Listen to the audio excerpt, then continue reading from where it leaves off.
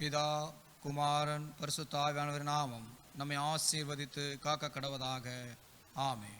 நாம் அனைவரும் கர்த்தரை நோக்கி ஜெபம் செய்வோம்.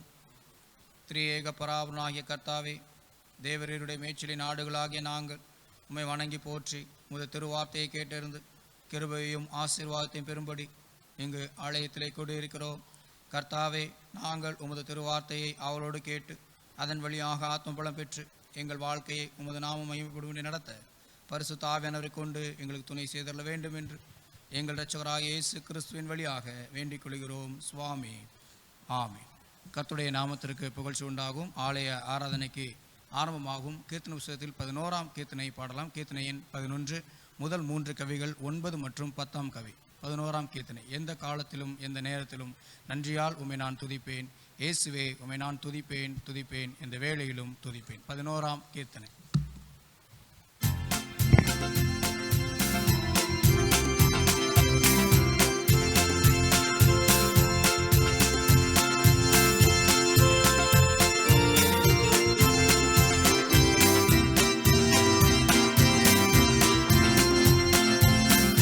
காலத்திலும் எந்த நேரத்திலும் நன்றியால் உம்மை நான் துதிப்பேன், இயேசுவே உம்மை நான் துதிப்பேன் துதிப்பேன், இந்த வேளையிலும் துதிப்பேன், இயேசுவே உம்மை நான் துதிப்பேன் துதிப்பேன், இந்த வேளையிலும் துதிப்பேன்.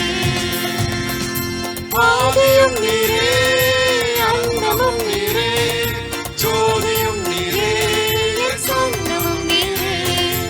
ஆதியும் நீரே, அந்தமும் நீரே, ஜோதியும் நீரே, என் சொந்தமும் நீரே.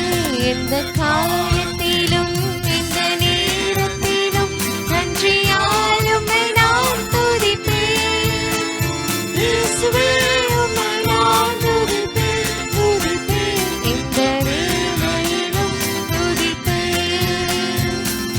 தாய்த்தலை நீரே, தாதையும் நீரே, தாபரம் நீரே, என் தாவரம் நீரே.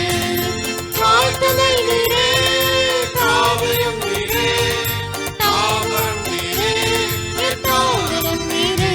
எந்த காலத்திலும் எந்த நேரத்திலும் நன்றியால் உம்மை நான் துதிப்பேன், இயேசுவே உம்மை நான் துதிப்பேன் துதிப்பேன், இந்த வேளையிலும் துதிப்பேன். வாழ்விலும் நீரே, தாழ்விலும் நீரே, பாதையில் நீரே, என் பாதையில் நீரே. வாழ்விலும் நீரே, தாழ்விலும் நீரே, பாதையில் நீரே, என் பாதையில் நீரே. எந்த காலத்திலும் எந்த நேரத்திலும் நன்றியால் உம்மை நான் துதிப்பேன், இயேசுவே உம்மை நான் துதிப்பேன் துதிப்பேன், இந்த வேளையிலும் துதிப்பேன். மீட்பரும் நீரே, மீட்பரும் நீரே, மேன்மையும் நீரே, என் மகிமையும் நீரே. மீட்பரும் நீரே, மீட்பரும் நீரே, மேன்மையும் நீரே, என் மகிமையும் நீரே. எந்த காலத்திலும் எந்த நேரத்திலும் நன்றியால் உம்மை நான் துதிப்பேன், இயேசுவே உம்மை நான் துதிப்பேன் துதிப்பேன், இந்த வேளையிலும் துதிப்பேன். தேவனும் நீரே, என் ஜீவனும் நீரே, ராஜராஜனும் என் சர்வமும் நீரே. தேவனும் நீரே, ஜீவனும் நீரே, ராஜராஜனும் என் சர்வமும் நீரே.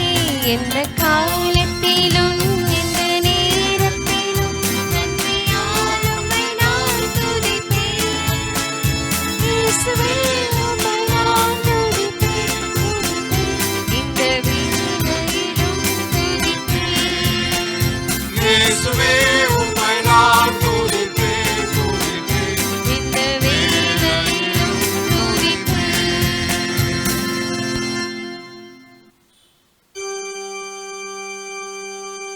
கர்த்தரானவர் உங்களோடு இருப்பாராக.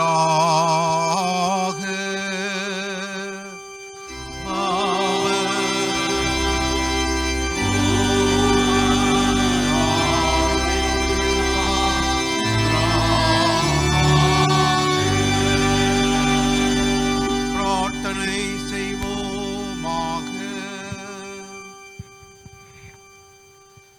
எல்லாம் வல்ல நித்திய பராபரணி, நலமானவைகள் எல்லாவற்றிற்கும் ஊற்றானவரே, உமது நாமத்தை பற்றும் அன்பை எங்கள் இருதயத்தில் நிலைநாட்டி மெய் தெய்வ பக்தியை எங்களிடத்திலே பெருக பண்ணியருளும். நலமானவற்றை நீர்களிடத்திலே வளர்த்து நீர் வளர்த்ததை உம்முடைய விழிப்புள்ள பேரன்பினால் எங்களிடம் நிலை பெற செய்துள்ள வேண்டும் என்று உம்மோடும் பரிசுத்த ஆவியானவரோடும் என்னென்றைக்கும் ஜீவித்தரசாலிகிற எங்கள் ஆண்டவர் இயேசு கிறிஸ்துவின் மூலமாக உம்மை வேண்டிக் கொள்ளுகிறோம். சுவாமி.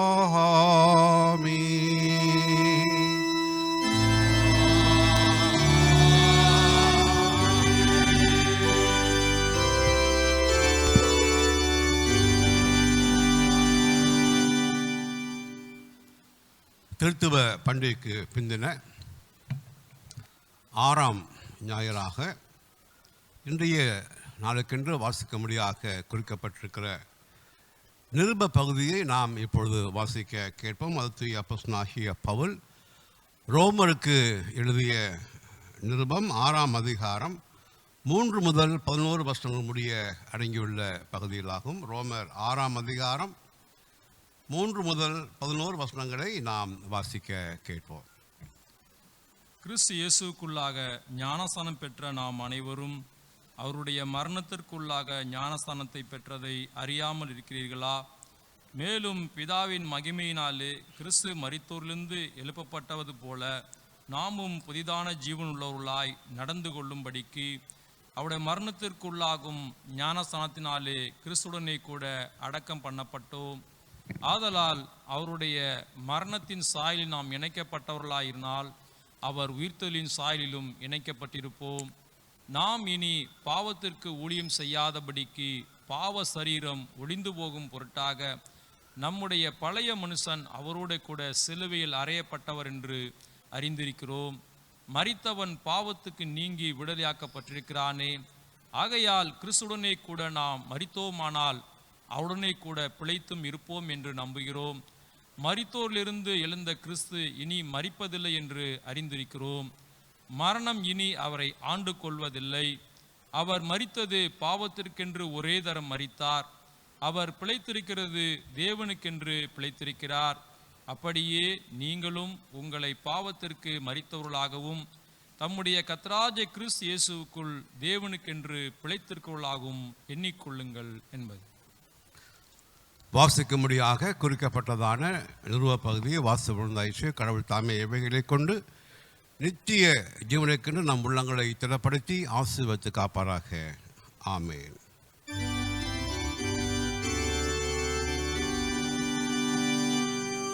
உங்களுக்கு புதிய இருதயத்தை கொடுத்து உங்கள் உள்ளத்தில் என் ஆவியை வைத்து நீங்கள் என் நியமங்களில் நடந்து என் தீர்ப்புகளை கைக்கொண்டு அவைகளில் படி நடக்கும்படி செய்வேன் என்று கர்த்தர் சொல்லுகின்றார்.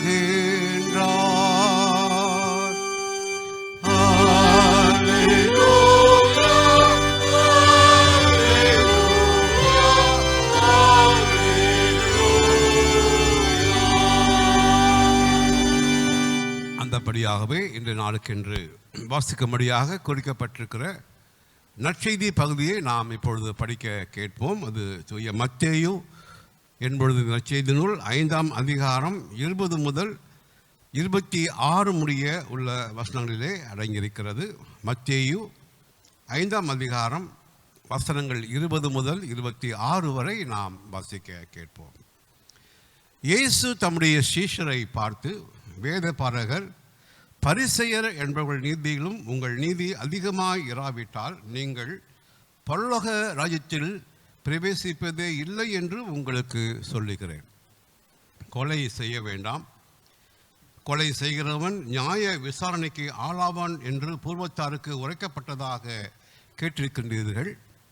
நான் உங்களுக்கு சொல்லுகிறேன், தன் சகோதரன் மேல் கோபம் கொள்ளும் எவனும் நியாய விசாரணைக்கு ஆளாவான். தன் சகோதரனை உதவாதவனே என்று சொல்லுகிறவன் ஆலோசனை சங்க விசாரணைக்கு ஆளாவான். மதியீடனே என்று சொல்லுகிறவன் எரி நகரத்துக்கு ஆளாவான்.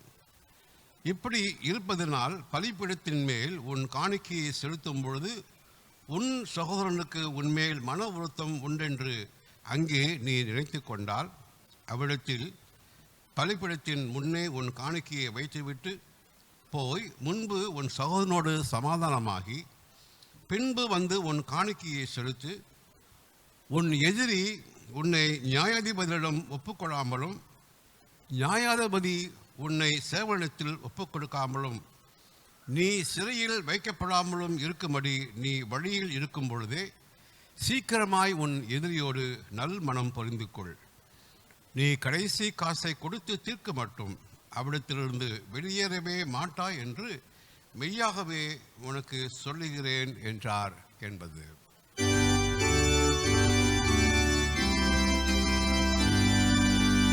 அவருடைய நல்ல வார்த்தைக்காக அவருக்கு சோத்திரம்.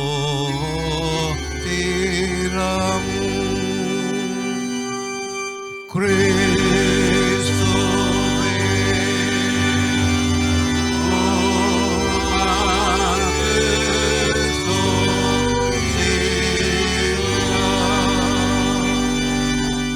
நாம் உலகெங்கும் உள்ள அனைத்து விசுவாச மக்களோடு ஐக்கியப்பட்டவர்களாக அப்போஸ்தல விசுவாச பிரமாணத்தை பயபக்தியோடு கூட அறிக்கை செய்வோமாக. பரலோகத்தையும் பூலோகத்தையும் படைத்த சர்வத்திற்கும் உள்ள பிதாவாகிய கடவுளை விசுவாசிக்கிறேன். அவருடைய ஒரே குமாரனும் நம்முடைய ஆண்டவருமாகிய இயேசு கிறிஸ்து விசுவாசிக்கிறேன். இவர் பரிசுத்த ஆவியானவரால் கர்ப்பத்தில் உற்பவித்து கன்னிமையாற்றில் பிறந்து பொந்து பிரார்த்தனையின் கீழ் பாடுபட்டு சிலுவையில் அறியுண்டு மரித்து அடக்கம் பண்ணப்பட்டார். பாதாளத்தில் இறங்கி 3ஆம் நாள் மறுத்திருந்து உயிர் தந்தார். பரமண்டலுக்கு ஏறி சர்வத்திற்குள்ள பிதாவாகிய பிதாவுடைய வலது பக்கத்தில் வீற்றிருக்கிறார். அவிடத்திலிருந்து உயிரோருக்கும் மருத்துவருக்கும் ஞான திருப்பலிக்க திரும்ப வருவார். பரிசுத்த ஆவியானவரை விசுவாசிக்கிறேன். பொதுவாக இருக்க பரிசபையும் பரிசுத்த ஐக்கியமும் பாவமன்னிப்பும் செயல் வீழ்த்தலும் நித்திய ஜீவனும் உன்னுடைய விசுவாசிக்கிறேன். ஆமேன். நாம் அறிக்கையிட்ட இந்த விசுவாசத்தை நமது வாழ்நாள் முழுவதும் மிக உறுதியாக நிலைத்து வாழ கடவுள் நம் அனைவருக்கும் தூய ஆவியானவரை கொண்டு கிருபை தயவு செய்வாராக. ஆமேன். நாம் மீண்டுமாக கர்த்தர் புகழ்ச்சி உண்டாக ஞானப்பாட்டு புத்தகத்தில் 5ஆம் ஞானப்பாட்டில் முதல் 3 கவிகளை பாடலாம். ஞானப்பாட்டு எண் 5 முதல் 3 கவிகள். அலங்கார வாசலாலே கோவிலுக்குள் போகின்றேன், தெய்வ வீட்டின் நன்மையாலே ஆத்துமத்தில் பூரிப்பேன், இங்கே தெய்வ சமூகம் மெய் வெளிச்சம் பாக்கியம். 5ஆம் ஞானப்பாட்டு முதல் 3 கவிகள்.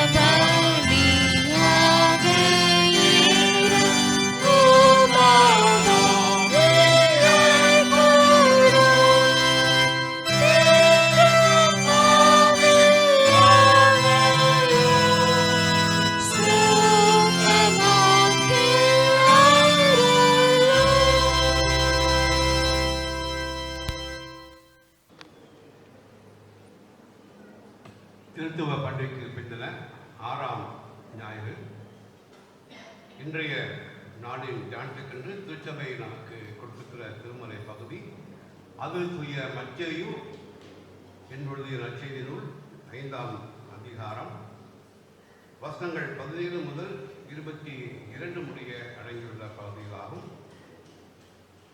மத்தேயு 5ஆம் அதிகாரம் வசனங்கள் 17 முதல் 22 வசனங்கள். நியாய பிரமாணத்தை ஆனாலும் தீர்க்க தரிசனங்களை ஆனாலும் அழிக்கிறதற்கு வந்தேன் என்று எண்ணிக்கொள்ளாதீர்கள். அழிக்கிறதற்கு அல்ல, நிறைவேற்றுவதற்கே வந்தேன்.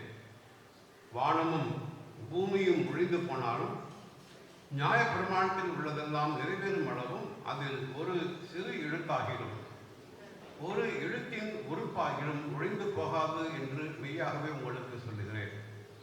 ஆகையால் இந்த கற்பனைகள் எல்லாவற்றிலும் சிறிதானதொன்றை ஆகிலும் மீறி அவ்விதமாய் மனுஷருக்கு போதிக்கின்றவன் பரலோக ராஜ்யத்தில் எல்லோரிலும் சிறியவன் எனப்படுவார். இவைகளை கைக்கொண்டு போதிக்கின்றவனோ பரலோக ராஜ்யத்தில் பெரியவன் எனப்படுவார். வேத பாரகர் பரிசேயர் என்பவருடைய நீதியும் உங்கள் நீதி அதிகமாக இராவிட்டால் பரலோக ராஜ்யத்தில் பிரவேசிக்க மாட்டீர்கள் என்று உங்களுக்கு சொல்லுகிறேன். கொலை செய்யாதிருப்பாயாக என்பதும் கொலை செய்கிறவன் நியாய தீர்ப்புக்கு ஏதுவாக இருப்பான் என்பதும் பூர்வத்தாருக்கு உரைக்கப்பட்டதென்று கேள்விப்பட்டிருக்கிறீர்கள். நான் உங்களுக்கு சொல்லுகிறேன், தன் சகோதரனை நியாயம் இல்லாமல் கோபித்துக் கொள்பவனும் நியாய தீர்ப்புக்கு ஏதுவாக இருப்பான். தன் சகோதரனை வீணன் என்று சொல்லுகிறவன் ஆலோசனை சங்க தீர்ப்புக்கு ஏதுவாக இருப்பான். மூடனே என்று சொல்லுகிறவன் எரி நகரத்துக்கு ஏதுவாக இருப்பான் என்பது. கர்த்தருடைய பரிசுத்த நாமத்திற்கு ஸ்தோத்திரம் உண்டாவதாக. ஆண்டவராகிய இயேசு கிறிஸ்துவுக்குள் எனக்கு பிரியமானவர்களே, கிறிஸ்தவ பண்டிகைக்கு பிந்தின காலங்களிலே முதல் 10 ஞாயிற்றுக்கிழமைகள் கடவுள் தம்முடைய ஜனங்களை பல்வேறு நிலையிலே அழைக்கின்ற அந்த போதனை வரிசையிலே மிக முக்கியமான ஒரு போதனைக்கு இந்த நாள் நம்மை அழைக்கின்றது. கடந்த வாரத்திலே அப்போஸ்தல அழைப்பு என்ற ஒரு தலைப்பிலே ஆண்டுடைய ஊழியர்களாக ஊழியத்தின் பாதையிலே வருகின்றவர்களுக்கு எத்தகைய ஒரு தகுதி உள்ளவர்களை கர்த்தர் தெரிந்து கொள்கிறார் என்பதை நாம் தியானித்தோம். இப்பொழுது இந்த அழைப்புக்கு பாத்திரராக தேவனுடைய அப்போஸ்தலராக ஊழியராக வரக்கூடியவர்கள் பின்பற்றக்கூடிய மிக முக்கியமான வாழ்வு நெறிகளை ஆண்டவர் நமக்கு போதிக்கின்றார். நம்முடைய திருச்சபை இதற்கு கொடுத்திருக்கிற ஒரு தலைப்பு, அதாவது 6 முதல் 10 வரை உள்ள ஞாயிற்றுக்கிழமைகள் இடுக்கமான வாசல் வழியாக உட்பிரவேசியுங்கள். இதுதான் இனி வரக்கூடிய காலத்தில் இடுக்கமான வாசல் வழியாக உட்பிரவேசியுங்கள். அதாவது it is very easy to preach but very difficult to follow. போதிப்பதற்கு ரொம்ப எளிமையா இருக்கும், ரொம்ப அருமையா இருக்கும். ஆனால் கடைபிடிப்பது ரொம்ப ரொம்ப கஷ்டமான ஒரு போதனை. அதைத்தான் இதனால் நமக்கு சொல்லுகிறது. எனவேதான் வசனத்தில் நாம் அங்கே பார்க்கிறோம், நியாய பிரமாணத்தை நமக்கு ஏற்றமாகி வளைத்துக் கொள்ளக்கூடாது. தேவனுடைய வசனங்களை பிரமாணங்களை நான் எனக்கு சாதமாக வளைத்து நான் மக்களுக்கு போதிப்பது ஒரு மிகப்பெரிய ஒரு பாவ செயல். ஊழியத்தின் பாதையிலே தேவனுடைய வசனத்தை போதிக்கின்றவர்கள் நிச்சயமாக அவருடைய சிந்தனையிலே ஏற்றுக்கொள்ள வேண்டிய மிக முக்கியமான ஒரு படிப்பினை. ஏன்னு சொன்னால் இன்னைக்கு எல்லாரும் ஊழியம் என்று சொன்னால் பிரசங்கம் பண்ணுறது தான் ஊழியம். எனக்கு ஒரு வாய்ப்பு கொடுங்க, நான் பிரசங்கம் பண்ணுறேன் அப்படின்னு நிறைய பேர் கேட்பாங்க. ஒரு சான்ஸ் கொடுங்க. அப்படிப்பட்டதான ஒரு காரியம் ஆண்டவர் அனுப்பது கிடையாது. இந்த பகுதியில் பார்த்தீங்கன்னு சொன்னால் ஒரு கேள்வியை மையமாக வைத்து ஆண்டவர் சொல்லுகிறார். Who will enter into the kingdom of God? கடவுள் ராஜ்யத்தில் பரலோக ராஜ்யத்தில் யார் பிரவேசிப்பான் என்பதை ஒரு கேள்வி வைத்து அதற்கு பதிலாக இதை கொடுத்து கொண்டு வருகிறார். எல்லோரும் இயேசுவை ஏற்றுக்கொண்டவர்கள், எல்லோரும் இயேசு கிறிஸ்துவின் விசுவாசிகள், எல்லோருக்கும் மோட்சம் உண்டு என்று இங்கு சொல்லப்படவில்லை. தேவனுடைய வசனத்தை பிரமாணங்களை சிறிது அளவாகிலும் தன்னுடைய சுய லாபத்திற்கென்று வளைத்துக் கொள்ளாமல் உள்ளதை உள்ளபடி அந்த வசனத்தை ஏற்று அந்த போதனைக்கு ஏற்ப வாழுகிற தேவனுடைய பிள்ளைகள் மாத்திரமே பரலோக வாழ்வுக்குள்ளாக அவர்கள் கொண்டு போகப்படுவார்கள். எனவே இந்த நாள் சில புதிய அளவீடுகளை நமக்கு கொடுக்கிறது. ஒரு வாழ்வு முறைக்கான நெறிகளை நமக்கு கொடுக்கிறது. பரலோக வாழ்வுக்குள்ளாக பிரவேசிக்க விரும்புகிற பிள்ளைகளுக்கு ஆண்டவர் கொடுக்கின்ற ஒரு காரியம். இந்த பகுதியிலே ஆண்டவர் ஒரு காரியத்தை அவர் சொல்லுகின்றார். பரிசேயருடைய நீதியிலும் உங்கள் நீதி அதிகமாக இராவிட்டார். What is the meaning for that? பரிசேயர் நீதியிலும் உங்கள் நீதி அதிகமாக இராவிட்டால் நீங்கள் தேவனுடைய ராஜ்யத்துக்குள் பிரவேசிக்க முடியாது என்று சொல்கிறார். எல்லோருக்கும் நியாயப்பிரமாணம் கொடுக்கப்படுகிறது.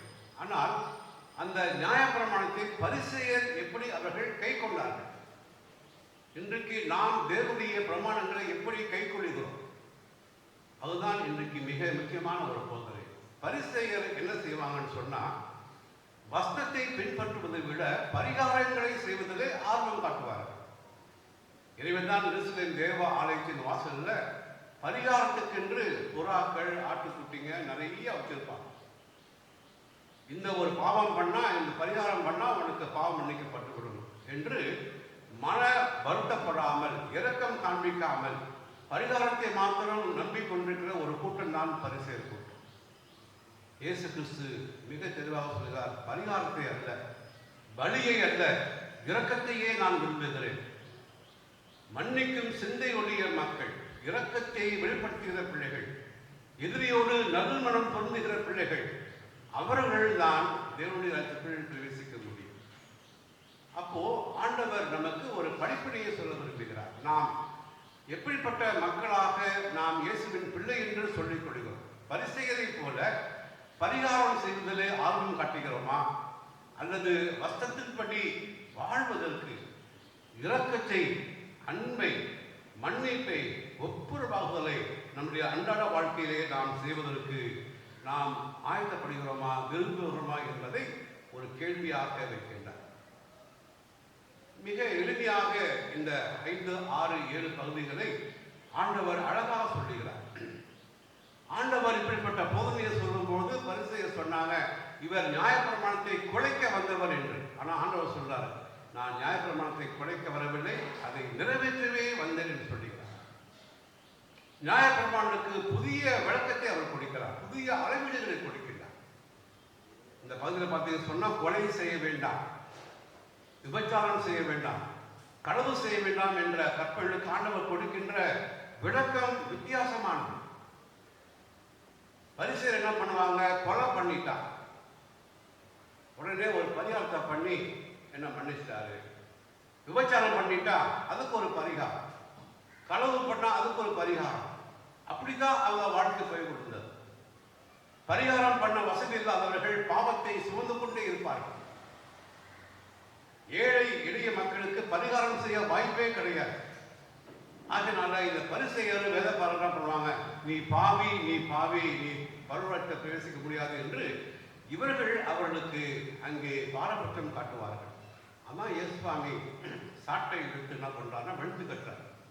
எருசலேம் தேவ ஆலயத்திலே வேத பாரகர், பரிசேயர், வசதி உள்ளவர்களுக்கு ஒரு நீதி, ஏழை மக்களுக்கு ஒரு நீதி என்று சொல்லி அவர் சாட்டை எடுத்து அங்கே விரட்டி அனுப்புகிறார். கொலை என்கின்ற ஒரு கொலைபாதக செயல். இயேசு சுவாமி அந்த செயல், சிந்தை இரண்டையும் அழகாக அவர் கையாளுகிறார். இந்த டெக்ஸ்ட் தான் பண்ணியிருக்கு. கொலை என்கின்ற ஒரு செயல், அது ஒரு கடைசி ஸ்டேஜ். எடுத்தோன்னா டப்புன்னு நாம யாரும் கொலை பண்ண மாட்டோம். அதுக்கு மோட்டிவேஷன் பிஹைண்ட் ஒரு கோபம். அந்த கோபம் பகையா மாறி, வெறியா மாறி, கொலை என்கின்ற அந்த கடைசியான கொலைபாதக செயலுக்கு தள்ளுகிறது. ஆனால் ஆண்டவர் சொல்றாரு, கோபத்தை நீ என்ன பண்ற, தணிக்க பழகிக்கொள், கோபத்தை வளர்த்துக் கொள்ளாது. அதுதான் ஆண்டவர் கொடுக்கின்ற புதிய விளக்கம். அதே போலதான் விபச்சாரம். விபச்சாரத்திற்கு அடித்தளமான சிந்தை என்னன்னு சொன்னா இச்சை. ஆண்டவர் சொல்றாரு, ஒரு பெண்ணை இச்சையோடு பார்ப்பவன் அவனோடு விபச்சாரம் செய்தாயிற்று. கண்களிலே ஏற்படக்கூடிய இச்சை, சிந்தை, அதை சொல்லுகிறார்.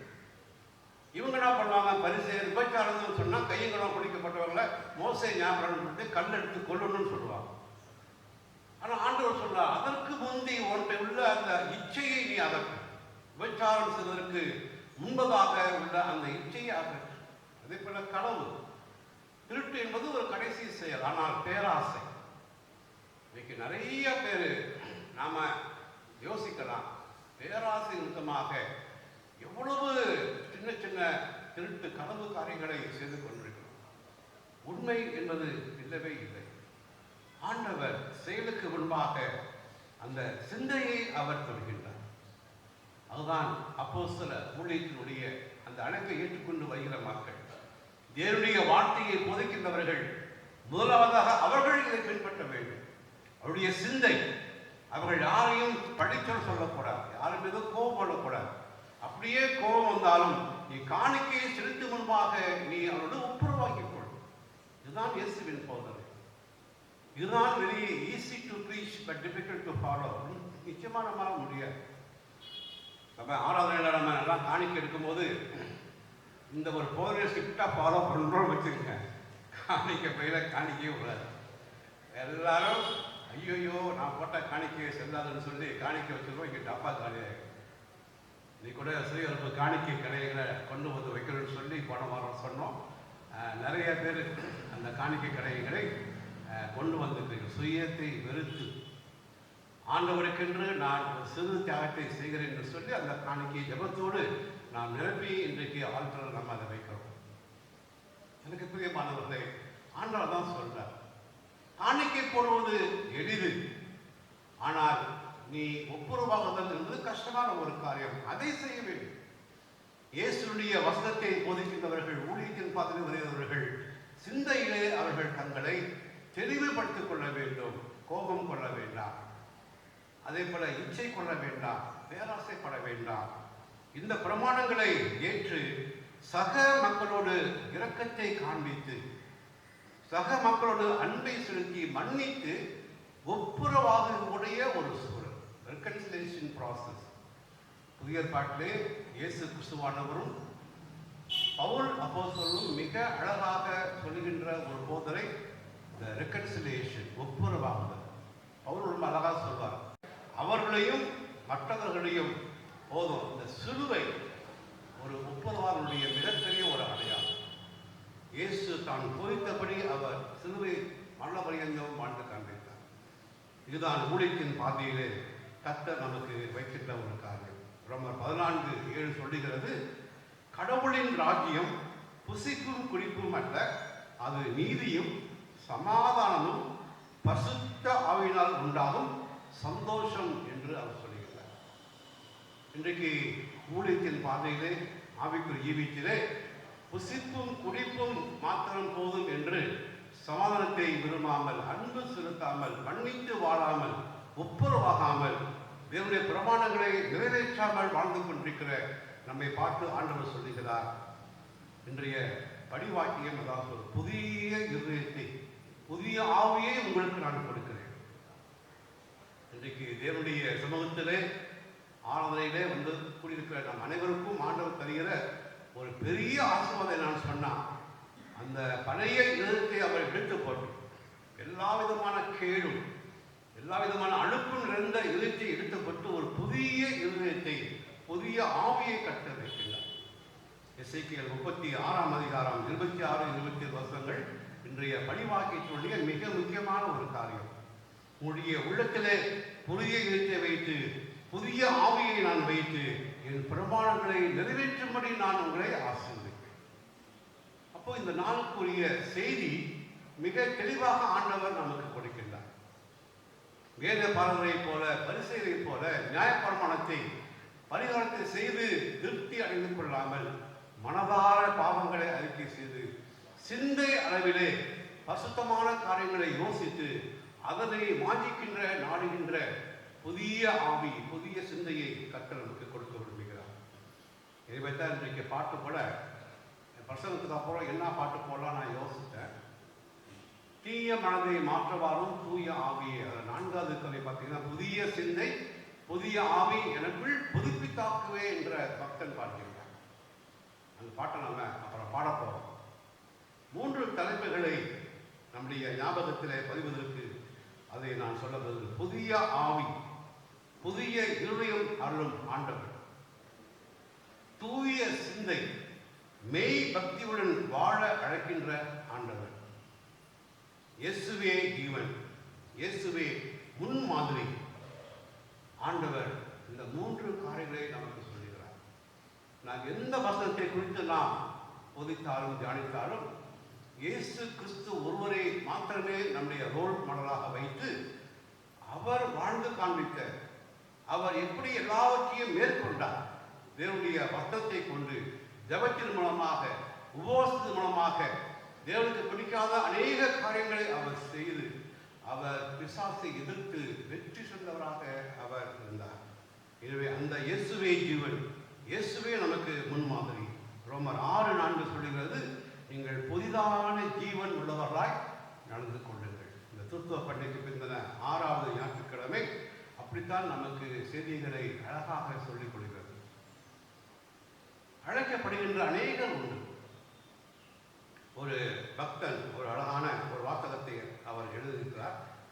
அது நான் ஆங்கிலத்தில் உள்ளது, தமிழ்லையும் அதை நான் சொல்லியிருக்கிறேன். God does not choose because of our qualities already we have, but because of qualities he wants to give to us. இதோடைய அர்த்தம் என்னன்னு சொன்னா, இப்போ என்கிட்ட இருக்கிற நல்ல குணத்துக்காக கர்த்தர் என்னை ஊழித்து கலைக்கவில்லை. அப்போ ஏன் அழைக்காருன்னு சொன்னா, என்னை அழைக்கின்ற கர்த்தர் அவருடைய குணத்தை எனக்குள் வைத்து என்னை ஊழியத்துக்கு அனுப்ப விரும்புகிறார். ஒரு ட்ரிக்கி வேர்ட் தான். இப்போ நிறைய பேர் நம்முடைய லைஃப் ஸ்டைலில் பார்த்தீங்கன்னு சொன்னால், கோயிலுக்கு ஒழுங்காக வரக்கூடிய பையன், வாலிய பசங்க, ஐயருக்கு உதவியாக எல்லாத்துக்கும் ஹெல்ப்பாக இருக்கிறவங்க, அப்புறம் ஓடி ஓடி உழைக்கிறவங்களாம் பார்த்து இவனா ஊழியத்துக்கு வந்தால் நல்லா இருக்கணும் அப்படின்னு சொல்லுவோம். அது வந்து தப்பு கிடையாது. இப்போ பொழுதுக்கு கோயில் கிடக்கிறான், இவன் வந்து பாஸ்டருக்கு தான் லாய்க்கு, பாஸ்டருக்கு படிக்க வைக்கிறான் அப்படின்னு நினைப்பாங்க. அது பாதி உண்மைதான். நம்ம நல்லவங்க தான், நல்ல குணம் இருக்குது, ஆனால் அது மாத்திரம் அடையாது. அந்த குணம் அதை தாண்டி இயேசுவின் குணத்தை, இயேசுவின் சிறப்பு இயல்புகளை வைத்து தான் அப்போஸ்தலராக உரிதாக கர்த்தர் அனுப்புவார். அதுதான் தேவன் தெரிந்து கொள்கிற ஒரு காரியம். நாம் நிறைய ஊழியக்காரங்களை பார்ப்போம். ஊழியம் என்ற பேரில் வந்து எவ்வளவோ மோசமாக, மாய்மனமாக, பணம் ஒன்றே குறிக்கோள் என்று மக்களை ஏமாற்றுகிற அநேகரை பார்க்கிறோம். அவங்களாம் நல்ல விதமாக இருந்ததுனால ஸ்டேட்டை ஒழித்து வந்துட்டாங்க, நிறைய பேர் நம்பிடுறாங்க. ஆனால் அவர்களுக்குள்ளாக தேவனுடைய குணம் அங்கே வைக்கப்படவில்லை. அவர்கள் ஆண்டுடைய சிறப்பு இயல்புகளை அவர்கள் உள்வாங்கிக் கொள்ளவில்லை. மக்களை பிரியப்படுத்தும்படி வஸ்திரத்தை வளைத்து அவர்கள் சாதகமாக பேசி பணத்தை சம்பாதிக்க ஆரம்பிக்கிறார்கள். எனவே தான் ஆண்டவர் மிக தெளிவாக அங்கே சொல்லுகிறார், அவர் நம்மை அழைத்து, நாம் பாவியாக இருந்தாலும் சரி, நல்லவராக இருந்தாலும் சரி, அவர் நம்மை அழைத்து நம்முடைய குணத்தை அவர் அகற்றி அவருடைய குணத்தை, அவருடைய சிறப்பு பெருமைகளை வைக்கிறார். உதாரணமாக பேதுருவை நம்ம பார்ப்போம். பேதுரு வந்து ஒரு முன்கோபக்காரர், உணர்ச்சி வசப்படக்கூடியவர், டக்கு டக்குன்னு முடிவெடுப்பார், அப்புறம் முத்து வாங்கிக்கிட்டு அழுவார். அதுதான் அவருடைய கேரக்டர். நீங்கள் அந்த பைபிளில் ஆண்டவர் கூட அவர் இருக்கிற சமயத்தில் அவசரப்பட்டு சில சமயம் நல்லாவும் சொல்வார், நீ ஜெவனில் தேவனுடைய குமாரன்னு சொல்வார். அதுக்கு ஒரு பக்கம் நீங்கள் கீழே போகணும், அவர் கூடாரம் போகணும்னு சொல்வார். மாற்றி மாற்றி பேசிக்கிட்டே இருப்பார். இதுதான் அவருடைய கேரக்டர். அவரை ஆண்டவர் அழைத்து அவருடைய உள்ளத்திலே ஆண்டுடைய ஆவியை வைத்து இதயத்தை கொடுத்து அவருக்கென்று சாட்சியாக மறைக்கும்படி செய்தார். நீங்கள் அப்போஸ்தலர் நடவடிக்கைகள் புத்தகம் 10ஆம் அதிகாரம் 18-33 பகுதியில் வாசிக்க சொன்னால், இப்படிப்பட்ட ஒரு பேதர் ஆண்டவருடைய அந்த பரத்துக்கு நிகழ்ச்சிக்கு பின்பாக, பசுத்தாவின் அபிஷேகத்துக்கு பின்பாக எப்படி அவர் ஒரு உயிருள்ள ஒரு சாட்சியாக, இரத்த சாட்சியாக அவர் தேவனுக்கு என்று மறைத்தார் என்பதை பார்க்கிறோம். எனவே இது போன்ற அநேக சுபாவங்களை உடைய மக்களை கர்த்தர் வைக்கின்றார். ஒரு சீனியர் ஆயர், ஒரு மூத்த ஆயர் இந்த பகுதிக்கு பிரசங்கம் செய்யும்போது 3 குறிப்பு அவர் சொன்னார். அதை நான் என்னுடைய பிரசங்க நோட்டை நான் குறித்து வச்சிருந்தேன். அவர் சொல்றாரு, விட்டு விடு, எட்டி விடு, பற்றி விடு. இந்த நாளுக்கு அவர் சொல்ற சிம்பிள் வார்த்தை தான். எட்டி விடு, கிவ் அப், விட்டு. நிறைய விஷயத்த நீ முடிச்சுக்குன்னு வந்துட்டேன்னு சொன்னா, வேத புத்தகத்தை கையில இழுத்தேன்னு சொன்னா, அந்த வேதத்தினுடைய வசனத்தை வளைக்காமல் நொடிக்காமல் நீ அந்த வசனம் சொல்லுகிறபடி நீ அநேக காரியங்களை, தேவனுக்கு பிடிக்காத காரியங்களை விட்டு விட்டு பரலோக ராஜ்யத்திற்கு நீ உள்ளே பிரவேசிக்க முடியாதபடி உனக்குள் அநேக காரியங்கள், அநேக இச்சைகள் இருக்கும் என்று சொன்னார். அதை விட்டு விடு. ரொம்ப சிம்பிளா அழகா சொன்ன. நமக்கு நிறைய தெரியும், நாம சில காரியத்தை விடாம பிடிச்சுக்கிட்டு இருக்கோம். அது கோபமா இருக்கலாம், பேராசையாக இருக்கலாம், இச்சையாக இருக்கலாம், இதுவாக இருக்கலாம். இத்தகைய தன்மையோடு நீங்கள் நாம் பரலோகத்துக்குள் பிரவேசிக்க முடியும் என்று எண்ணினால் ஆண்டவர் சொல்றாரு, ஐ எம் வெரி சாரி, நீ பரலோக ராஜ்யத்துக்கு கிட்ட வந்துட்ட, ஆனாலும் உள்ள நீனு வர முடியாது. ஏதோ ஒன்று உன்னை தடுக்கிறது, அதை விட்டு விடு, கிவ் அப். அதான் அதுக்கு அழகான ஒரு வார்த்தை, விட்டு விடு. இரண்டாவதாக பார்க்கிறோம், எட்டி விடு, லாங்கிங். வாஞ்சையோடு கூட தேவனுடைய அரசுக்குள் பிரவேசிப்பதற்கேற்ற நல்ல போதனைகளை நீ விருப்பத்தோடு வாஞ்சித்து அதனை பின்பற்றுவதற்கு உனக்குள்ளாக ஒரு விருப்பம் வேண்டும். லாங்கிங் அப்படிங்கிற ஆளுநர் வார்த்தை சொல்றான். இன்ட்ரெஸ்டே காட்டாம நம்ம இருக்கக்கூடாது. நம்ம இந்த சீசன்ல சர்ச்சுக்கு நம்ம எல்லாரும் போக முடியல அப்படிங்கிற ஒரு குறை எல்லாத்துக்கும் இருக்கு. வீட்டில் இருந்து நாம் ஆராதிக்கிறோம், நிறைய பண்றோம். ஆனாலும் கூட நமக்குள்ளாக ஒரு வாஞ்சை, ஆண்டவரை ஆலயத்திலே வைத்து அவரை தேடுகின்ற ஒரு விருப்பம் நமக்கு இருப்பதனாலே நாம் எப்படியாவது ஒரு சின்ன ஒரு சான்ஸ் கிடைச்சா கூட நம்ம என்ன பண்ணலாம், ஆண்டவருடைய ஆலயத்துக்கு வந்து அவரை ஆராதிக்க வேண்டும். இதோடு மாத்திரம் நின்று விடக்கூடாது. நம்முடைய அன்றாட வாழ்க்கையிலே ஆண்டவர் சொல்லுகிற பல காரியத்திலே, போதனையிலே நாம் ஒரு விருப்பத்தை, ஒரு வாஞ்சையை ஏற்படுத்திக் கொள்ள வேண்டும். அதுதான் எட்டி விடு, லாங்கிங். ஒரு விருப்பத்தோடு கூட என்னுடைய போதனைகளை வாழ்வதற்கு நாம் முன் வர வேண்டும். மூன்றாவதாக பற்றி விடு, பற்றிக்கொள், போல். ஒன்று நல்லது என்று சொன்னால் அதை நீ பிடிச்சுக்கோ, விடாம பிடிச்சுக்கோ. அதுதான் உனக்கு மோட்ச வாழ்வுக்கு உனக்கு தகுதி தரும் என்று சொன்னால் என்ன கஷ்டம் வந்தாலும் அந்த பிடிய விடவே கூடாது. நிறைய உதாரணத்துக்கு சொல்வாங்க. பூனை தன்னுடைய குஞ்ச கவிட்டு போறதும், குரங்கு குட்டி அவங்க அம்மாவை தாய் குரங்க கட்டி பிடிக்கிறது தான் ஹோல்டுக்கு உதாரணம் சொல்றாங்க. நம்ம நிறைய பார்த்துருக்கோம். பூனை தாய்ப்புடைய வாய் பூனை கொஞ்சம் கழுத்தில் கவ்விட்டு தூக்கிட்டு போய் என்ன பண்ணணும், அந்த சேஃப்டி அளவு, அந்த ஹோல்டு. அதே போல குரங்கு குட்டி பார்த்தீங்க சொன்னா தாய் குரங்க அப்படியே கட்டி பிடிச்சிக்கும். அது எவ்வளோ பெரிய மரத்துக்கு மரம் தாவினாலும் அந்த குட்டி குரங்குக்கு நான் எங்கள் அம்மாவை பிடிச்சிட்டு இருக்கேன், எனக்கு ஒன்று நேரம். திஸ் இஸ் கால்டு ஹோல்டு, பற்றிக்கொள். என் ஆண்டவர், என் கர்த்தராகிய இயேசு கிறிஸ்து என்னை ஒருபொழுதும் அவர் வெட்கப்படக்கூடி அவர் செய்யப்பட்டார். நன்மைக்கு எதுவாக என்னை நடத்துவார். இன்றைக்கு நாம் வாழ்ந்து கொண்டிருக்கிற காலகட்டத்தில் நிறைய விஷயங்கள் நமக்கு பயத்தை உண்டு பண்ணுகிறது. நாம் கர்த்தரை நம்பி ஆண்டவரின் பாரத்தை போட்டு, ஆண்டவரே நான் உன்னுடைய பிள்ளை, உமக்கு விருப்பமாக நான் வாழ ஊழியம் செய்ய விரும்புகிறேன், உம்மை பற்றிக் கொள்ளுகிறேன், நீர் என்னை பற்றிக் கொள்ளும். அதுதான் பார்த்தீங்கன்னா நிறைய சிம்பல் பார்த்தீங்கன்னா இப்படி இருக்கும். 2 பேர் கையில் கடவுளுடைய கரத்தை நாம் பற்றிக்கொள்ள வேண்டும், கடவுளும் நம்மை பற்றிக் கொள்வார். அதுதான் ஹோல் என்பதற்கு உரிய காரியம். இந்த உலகத்திலே நாம் தேவனை அண்டி வாழக்கூடிய ஒரு சூழ்நிலையை நாம் வாழ்ந்து கொண்டிருக்கிறோம். மிக முக்கியமான ஒரு காரியம், ஆண்டவர் இந்த செய்திகளை நமக்கு சொல்லுகிறார். நீ விட்டு விடு, எட்டி விடு, பற்றி விடு. எனக்கு பிரியமானவர்களே, ஒரே ஒரு சம்பவத்தை, நடந்த சம்பவத்தை நான் சொல்லி நிறைவு செய்ய விரும்புகிறேன். ஒரு முறை ஒரு ஆலயத்திற்கு, நம்ம சர்ச் போல ஒரு சண்டே வொர்ஷிப், அதில் பார்த்தீங்கன்னு சொன்னால் ஒருத்தர் புதுசாக வர, அவர் ஒரு கவர்மெண்ட் டிபார்ட்மெண்ட்டில் ட்ரான்ஸ்ஃபர் ஆகி வராரு. சண்டே பக்கத்தில் சர்ச் இருக்கு, அவர் ஒரு கிறிஸ்டியன். அவர் வந்து கோயில் பின்னாடியே அந்த டேபிளில் அந்த பெஞ்சு வந்து உட்காந்துக்கிட்டு நான் இருந்தார். ஒர்ஷிப்பில் பங்கு பெறார். அவர் யாருக்குமே தெரியாது. ஆனால் அந்த சர்ச்சில் உள்ள ஒரே ஒரு அம்மாவுக்கு அவர் யாருன்னு தெரியும். அவரை எப்படி தெரியும்னு சொன்னால், அவர் வேலைத்துறையில் ஒரு லஞ்சம் வாங்கி சஸ்பெண்ட் ஆனவர்னு தெரியும். அவர் வந்து உட்காந்தாரு. இந்த அம்மாவுக்கு அவரை பார்த்தா, ஐயோ இப்போனா இவன் வந்து நம்ம கோயில உட்காந்துட்டானா. அந்த அம்மாவுக்கு அவரை பற்றி சொல்லாமல் இருக்க முடியும். ஆராதனை மனசே இல்லை, அப்படியே உள்ளுக்குள்ளார ஆராதனை முடிஞ்ச உடனே வெளியில் அந்த ஃபெலோஷிப் டீ சமயத்தில், அக்கா கோயிலுக்கு புதுசாக ஒருத்தர் வந்து உட்காந்தாரு, அவர் தெரியுமா? யாரும் தெரியாது. அவர் அந்த ஊரில் வேலை செய்யும்போது சஸ்பெண்ட் ஆகி வந்தவர் அப்படின்னு ஒரு காதலை அவர் போட்டுருச்சு. இந்த செய்தியை வாங்கின அம்மாவுக்கு என்னாச்சு? ஐயோ ஐயோ அப்படியா? உடனே வீட்டுக்கு போனால் அங்கே கறி குழம்பும் வேகுது, இந்த அம்மா உள்ளமும் வேகுது. அக்கா அதுவும் யார் தெரியுமா? அவர் இப்படியாம இப்படி செய்தி போயிட்டே.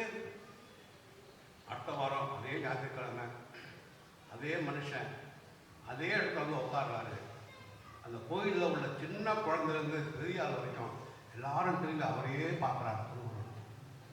அவர் வெட்டி தலை குனிந்து ஆறுதலை விட்டு வெளியே சென்று விட்டார். இதுக்கு பேர் தான் கொலை. வார்த்தையாலே கொள்வது, கௌரவ கொலைன்னு சொல்கிறோம் பார்த்தீங்களா? நம்முடைய வாழ்க்கையில இது நிறைய.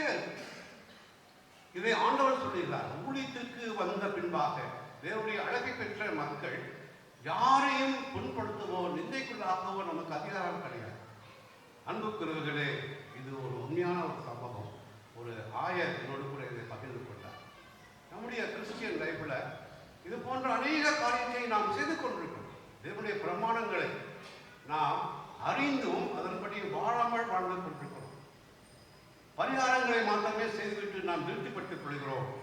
இதுவைத்தான் ஆண்டவர் சொல்லுகிறார், வேத பாரகர் பரிசு ரீதியிலும் உங்கள் நீதி அதிகமாக தாண்டிகள் பரவாயில்லைக்குள் பிரவேசிக்க முடியாது என்று சொல்லுகின்றார்.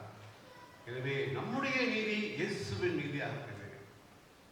அதுதான் இன்றைக்கு போதனை.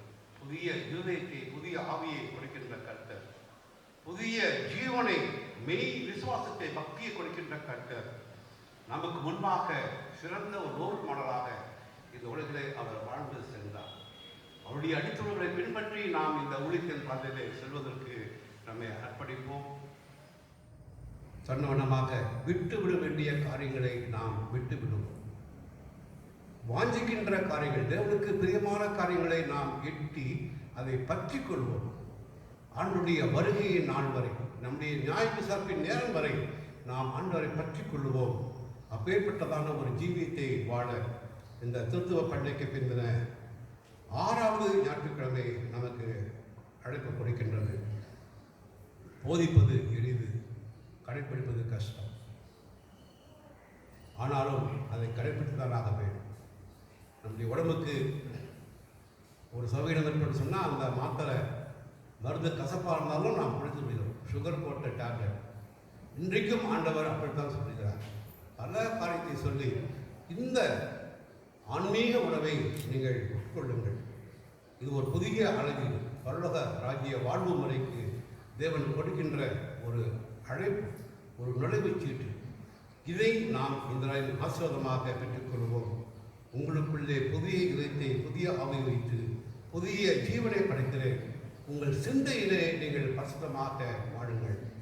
பலியை அல்ல, இரக்கத்தையே நான் விரும்புகிறேன். இந்த சிந்தனையை நாம் மனதிலே சொந்தங்களாக நம்முடைய எதிர்கால ஜீவித்தலே நாம் தொடர்ந்து முன்னேறுவோம். தேவன் தாமே இந்த திருவசங்களை நம் அனைவருக்கும் ஆசீர்வதித்தவராக. ஆமென். ஜெபம் செய்வோம். மகா கிருபையும் அன்பும் அருளும் இருக்கும் நிறைந்த எங்கள் பரமபிதாவே, உடைய கிருபையாலும் ஆசீர்வாதத்தாலும் மீண்டுமாக உடைய திருச்சமூகத்தை நாங்கள் நாடு வரும்படி கிருபையை சாக்கியத்தை கொடுத்தமைக்காக உங்களை ஸ்தோத்திரிக்கிறோம். கர்த்தாவே, நாங்கள் பரிகாரத்தை அல்ல, தேவனுடைய இரக்கத்தை பெற்றவர்களாக வாழ வேண்டும். வேத பாரகர் பரிசு ரீதியிலும் உங்கள் நீதி அதிகமாக இறாய்விட்டால் நீங்கள் பரலோக ராஜ்யத்தில் பிரவேசிக்க முடியாது என்று ஆண்டவர் கண்டிப்பாக சொல்லியிருக்கிறேன். தேவனுடைய வசனங்களை, பிரமாணங்களை நாங்கள் எங்களுக்கு சாதகமாக உடைத்துக் கொள்ளாமல் அவைகள் சொல்லுகிறபடி நாங்கள் ஆண்டவராக இயேசு கிறிஸ்துவை போல வாழ எங்களை அர்ப்பணிக்கின்றோம். அப்பேற்பட்ட ஊழியத்தின் பாதையிலே நாங்கள் செல்ல எங்களை அர்ப்பணிக்கின்றோம். நீரே உடைய தூய ஆவியானவரை கொண்டு புதிய இருதயத்தை, புதிய ஆவியை, புதிய சிந்தை எங்களுக்கு கொடுக்கிறீர். இந்த ஆசீர்வாதத்தோடு நாங்கள் உமக்கு மகிமையாக வாழ எங்களை அர்ப்பணிக்கின்றோம். இயேசு கிறிஸ்து மூலமாக எங்கள் ஜெபங்கள் சுவாமி. ஆமென். நம்முடைய கர்த்தராகிய இயேசு கிறிஸ்துவின் கிருபையும் பிதாவாகிய தேவனுடைய அன்பும் பரிசுத்தாவின் ஐக்கியம் மறுபடியும் உங்கள் இடத்தில் இருந்து இன்றும் என்றும் ஆசீர்வதித்து காப்பதாக. ஆமென்.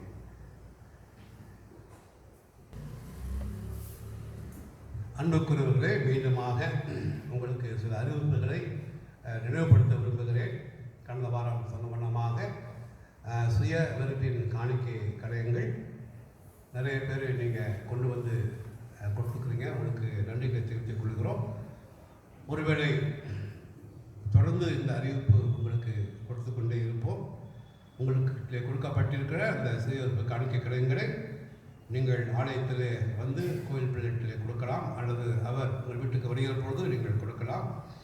அவைகள் நம்முடைய ஆலயத்தின் கணக்கிலே முறையாக வர வைக்கப்படும். அதே போல் இந்த சண்டே சர்வீஸ் ரெக்கார்டிங் சமயத்தில் வந்து பங்கு பெறுகின்றவர்கள் வரலாம். ஆனால் ஒரு முழுமையான ஆளுநர் பங்கு பெறுவது போன்ற விஷயம் உங்களுக்கு அது இருக்க முடியாது. டெக்னிக்கல் ஆஸ்பெக்ட் அதை நாம் சரி செய்து அதை எடிட் செய்து உங்களுக்கு வழங்குகிற பொழுது மிக நேர்த்தியாக இருக்கும். ஆனாலும் ஆலயத்துக்கு வருவதற்கு இது ஒரு வாய்ப்பு. ஆகையினாலே ஒரு சிலருக்கு வந்திருக்கிறீர்கள், உங்களை நான் வாழ்த்துகிறேன். சின்ன பிள்ளைகளை கூட்டு வந்து கொஞ்சம் தவிர்க்கலாம். ஏன்னா ரெக்கார்டிங் பண்ணும்போது அவங்க சத்தம் போடுவாங்க. அதுபோல் மொபைல் சுவிட்ச் ஆஃப் பண்ணி உட்காரலாம். இது போன்ற காரியங்களை பின்பற்றும்படி உங்களை அன்போடு நான் கேட்டுக்கொள்கிறேன். நாம் மீண்டும் கர்த்தருடைய திருநாமத்துக்கு மகிமை உண்டுபடுகிறவர்களாக 98வது கீர்த்தனை முதல் 4 கவிகளை நாம் பாடுவோம். தீய மனதை மாற்றவாறும் தூய ஆவியே கன நேய மேவியே என்ற கீர்த்தனை 98வது கீர்த்தனை முதல் 4 கவிகளை இந்நாளில் அருளுரைக்கு மைய பொருளாக இந்த பாடலை நாம் தெரிவு செய்திருக்கிறோம். அதை நாம் அனைவரும் சேர்ந்து பாடுவோம்.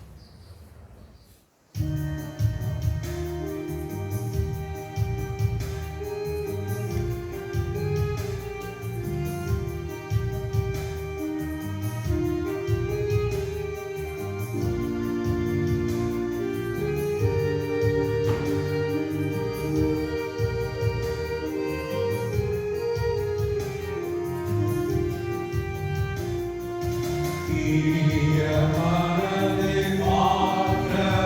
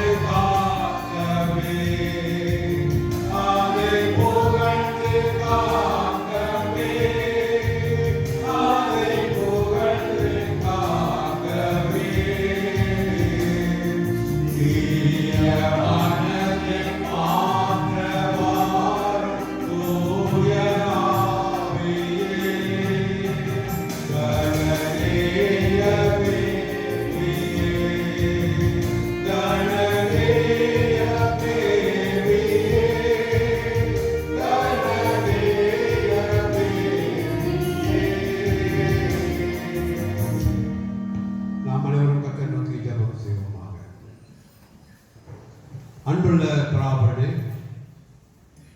உடைய கல்வியினாலும் ஆசீர்வாதத்தாலும் இந்த உலகத்திலே உள்ள உண்மை விசுவாசிக்கின்ற மக்களாகிய எங்கள் அனைவரையும் இந்த நாளிலே உடைய திரு சமூகத்தை நாடு வரும்படி நீர் அழைத்த கிருபைக்காக உங்களை சோதிக்கிறோம்.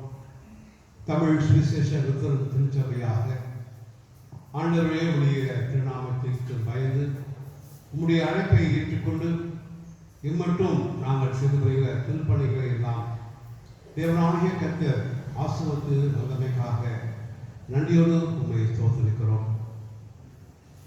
எங்கள் பேராயர், குருமார்கள், பாடசங்க உறுப்பினர்கள், சபையிலே பல்வேறு பொறுப்புகளிலே உள்ள உம்முடைய பிள்ளைகள் அனைவரையும் நீ ஆசீர்வதித்து தாங்கள் அழைக்கப்பட்ட அழைப்புக்கு பாத்திரர்களாக ஜீவிக்க உம்முடைய தூய ஆவியானவரை உம்முடைய நல்ல அபிஷேகத்தை அனைவருக்கும் தரும்படியாக வேண்டிக் கொள்கிறோம். சிறப்பாக இந்த காலங்களிலே இந்த ஊழியர்கள் தூய்மைப்படாதபடி ஆண்டவராகிய கர்த்தர் பல்வேறு வகையிலே அநேகருடைய ஜெபத்தோடும் அநேகருடைய ஒத்துழைப்போடும் உம்முடைய திருப்பணிகளை செய்து வர அருள்புரிந்து வந்திருக்கிறீர். கர்த்தாவே, எங்களை ஆளுகின்ற தலைவர்களுக்காக ஜெபிக்கிறோம். அவர்களும் தாங்கள் தேர்ந்தெடுக்கப்பட்ட அந்த தேர்விலே நல்ல ஒரு ஆட்சி பொறுப்பிலே இருந்து எங்கள் தேசத்தை செம்மையான பாதையிலே வழிநடத்த, எங்கள் தேசத்தை செழிப்பான பல திட்டங்கள் மூலமாக முன்னேற்றமான பாதையிலே கொண்டு செல்ல உங்களுடைய ஞானத்தையும் அறிவையும் வளர்த்து தாரும். கர்த்தாவே, எங்கள் திருச்சபையிலே உள்ள ஒவ்வொரு குடும்பத்தாரையும் நீ ஆசீர்வதித்தருளும். அனைவருக்கும் வேண்டிய வேலை வாய்ப்புகளை உருவாக்கி தாரும். நல்ல வருமானத்தை கட்டித்தரணும். இந்த காலங்களிலே ஆண்டவரே, ஏதோ ஒரு பயத்தோடு அச்சத்தோடு வாழ்ந்து கொண்டிருக்கிற எங்கள் அனைவரையும் நீர் ஆண்டவரையும் உடைய கரத்தால் நீ தூக்கி பலப்படுத்தி உம்முடைய விசுவாசத்திலே நாங்கள் மீது வச்சு நம்பிக்கையிலே உறுதியாக வாழ அனுப்புகிறோம். கடந்த வாரத்திலே தன்னுடைய திருமண நாள் பிறந்த நாளை கண்டிருக்கிறவர்களையும் இந்த வாரத்திலே தன்னுடைய திருமண நாளை பிறந்த நாளை காணிருக்கின்ற அன்பின் பிள்ளைகள் அனைவரையும் நீருடைய கரத்தாலை தொட்டு ஆசீர்வதித்து உம்முடைய கிருபையான இறக்கத்தாலும் அவர்களை முடிசூட்டும்படியாக வேண்டிக் கொள்கிறோம். இந்த நாளிலும் ஆண்டவரே, சுய விருப்பின் காணிக்கை கலைகளை ஜெபத்தோடு தியாகத்தோடு அர்ப்பணிப்போடு படைப்பிக்கின்ற அருமையான குடும்பத்தாரை இந்த காணிக்கை கலைகளை இந்த கட்டில் ஒப்புவிக்கிறோம். ஆண்டவர் தாமே இவைகளை ஆசீர்வதித்தருளும். இந்த காணிக்கையை அளித்த அருமையான குடும்பத்தின் பிள்ளைகளையும் நீர் ஆசீர்வதிக்கும்படியாக வேண்டிக் கொள்கிறோம். பரமபிதாவே, இந்த கொரோனா வைரஸ் பரவி கொண்டிருக்கிற இந்த கொடூரமான காலங்களிலே நாங்கள் வாழ்ந்து கொண்டிருப்பது, இவற்றின் மத்தியிலே எங்களுடைய ஜீவனை ஆண்டவர் காத்து கொண்டு வருவது உம்முடைய இரக்கம், உம்முடைய கிருபை சுவாமி. இந்த காலங்களை மிக விரைவாக நீர் மாற பண்ண வேண்டுமாய் வேண்டிக் கொள்கிறோம். அநேக புதிய மருந்துகள் கண்டுபிடிக்கவும் அவைகள் மூலமாக இந்த வைரஸ் கட்டுப்படுத்தவும் உம்முடைய வல்லமையை, உம்முடைய அற்புதத்தை, அதிசயத்தை ஆண்டவரே நீர் நடத்தும்படியாக வேண்டிக் கொள்கிறோம். பருவ கால மழையை தப்பாமல் எங்களுக்கு நீர் கொடுத்து கொண்டு வருகிறேன். இதன் மூலம் ஆண்டவரே நல்ல விவசாயம் பெருகவும் குடிநீர் பற்றாக்குறை இல்லாதபடி தேசம் செழிப்பாக மக்கள் அனைவரும் போஷிக்கப்படவும் இந்த பருவ காலத்தை ஆண்டவர் ஆசீர்வதியும். இந்த ஆராதனை முறைமையிலே பங்கு பெற்றிருக்கிற நம்முடைய பிள்ளைகளையும் இந்த ஆராதனையை ரெக்கார்டை செய்வதற்கு உதவியாக உள்ள அருமையான நம்முடைய அன்பின் பிள்ளைகள் அனைவரையும் இதில் எடுத்துக்கொண்டிருக்கிற நம்முடைய இடையார்களையும் நீர் ஆசீர்வதியும். மிக விரைவாக ஆலயங்கள் திறக்கப்படவும் தேவ ஜனங்கள் மன விருப்பத்தோடு வாஞ்சியோடு நம்முடைய ஆலயப்பாதங்களை கூடி வந்து நாங்கள் உண்மை ஆராதிக்கும்படியான கிருபையை ஆண்டவர் நிச்சயமாக தருவீர் நாங்கள் விசுவாசிக்கிறோம். நம்முடைய மாறாத அன்பும் நம்முடைய இரக்கமும் நேசமும் கிருபையும் எங்களோடு கூட கைவிரிக்கும்படியாக வேண்டிக் கொள்கிறோம். இயேசு கிறிஸ்து மூலமாக எங்கள் ஜெபம் சுவாமி. ஆமென். பரமண்டலின் பிதாவே, நாமம் பரிசுத்தப்படுவதாக, ராஜ்யம் வருவதாக, முஸ்த பரமண்டலே செய்யப்படுவது போல பூமியிலே செய்யப்படுவதாக. நன்றி வேண்டிய அவற்றின் எங்களுக்கு காரணம் எங்கள் கண்ணாளுக்கு நாங்கள் மன்னிக்கிறது போல எங்கள் பாவங்களை மன்னித்தார்கள். எங்களை சொற்கள் பேசிக்கப்படாமல் விட்டுக் கொள்ளும் ராட்சியம் மகிமையும் நினைக்கும் சுவாமி. ஆமென்.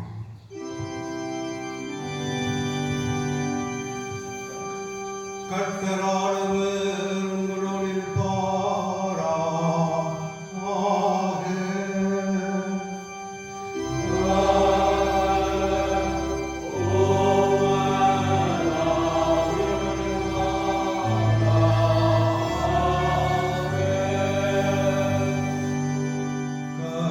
கர்த்தரானவர் உன்னை ஆசீர்வதித்து உன்னை காப்பாராக. கர்த்தரானவர் தம்முடைய திருமுகத்தை உன்மேல் பிரகாசிக்க செய்து உன்னிடம் கிருபை உள்ளவராயிருப்பாராக. கர்த்தரானவர் தம்முடைய திருமுகத்தை உனக்கு பிரசன்னமாக்கி உனக்கு சமாதானம் தந்தருளுவாராக.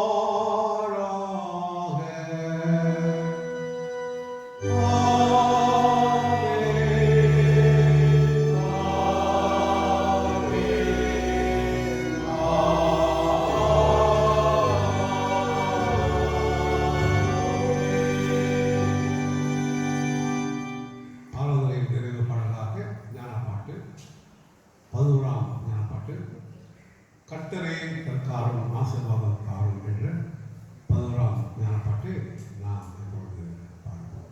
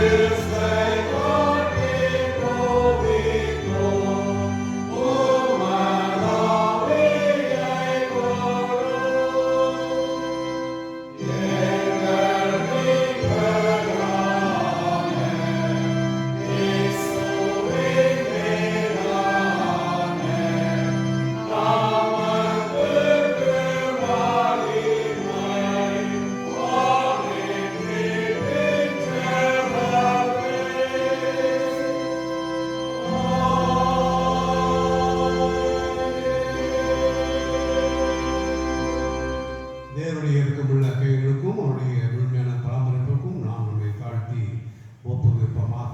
எல்லா புத்திக்கும் மேலான தேவ சமாதானம் உங்கள் இதயங்களையும் உங்கள் சிந்தைகளையும் கிறிஸ்து இயேசுக்குள்ளாக காத்து உங்களை வழிநடத்தி காப்பதாக. ஆமென். ஆத்மாவை கர்த்தரை ஸ்தோத்திரி.